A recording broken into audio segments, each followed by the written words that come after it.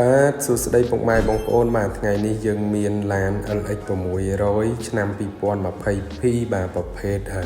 Black Edition បាទកាងខាងមុខពណ៌ខ្មៅតិចពណ៌ខ្មៅយ៉ាន់ខ្មៅបាទអញ្ចឹងបងប្អូនអាចមើលមកជុំទៅបាទនេះប្រភេទឡានស្អាតបាទឡាន dealer បាទឡាននេះអត់មានប្រវត្តិបុកប្រវត្តិប៉ះទេបាទប្រភេទ option ខ្ពស់បាទហើយខាងក្នុងរបស់វាពណ៌លឿងខ្លាញ់ក្តាមបាទអញ្ចឹងពុកម៉ែបងប្អូនមើលទៅបើសិនជាពុកម៉ែបងប្អូនចាប់អារម្មណ៍ចង់កំងអីអាចតំណងមកបានបាទឡាននេះប្រភេទ Spec អាមេរិកបាទប្រភេទកៅអី3ជួរបាទយើងមើលខាងក្រោយវានេះទៅគឺមាន40វ៉ាត់មួយទៀតហើយកៅអីហ្នឹងគឺយើងអត់បានបើកទេគឺយើងដាក់តម្រេតទៅក្រោមហើយនេះកៅអីកដាលបាទអញ្ចឹងគឺស្បែកពុកអីនៅស្អាតតែម្ដងបាទអញ្ចឹងបងប្អូនមើលទៅបាទ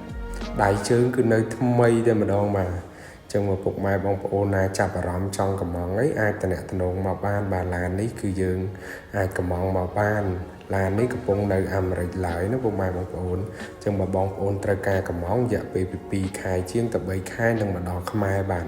ហើយឡាននេះក៏តម្លៃល្អដែរយើងកំងពីអាមេរិកគឺបានតម្លៃដើមពីអាមេរិកមកអញ្ចឹងវាធូរជាងយើងទិញនៅខ្មែរចូលពី20000ដែរអញ្ចឹងណាចឹងបើសិនពុកម៉ែបងប្អូនចង់បានឡានស្អាតយកមកស្អាតភ្លឹងដូចក្នុងវីដេអូនេះយើងអាចធ្វើការកំងបានបាទបានឡានស្អាតហើយយើងចំណេញទាំងលុយទៀតបាទអានេះយើងមានទូទឹកកកបូមឡើងចុះមាន360បាទ speaker Malvinson ចាប់កន្លងផ្លូវហើយឡាននេះតែ40000ម៉ាយជាងទេបាទ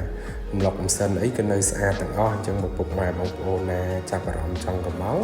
អាចតំណមកខាងអូតូ US ដែលយើងខ្ញុំបានបាទអរគុណច្រើន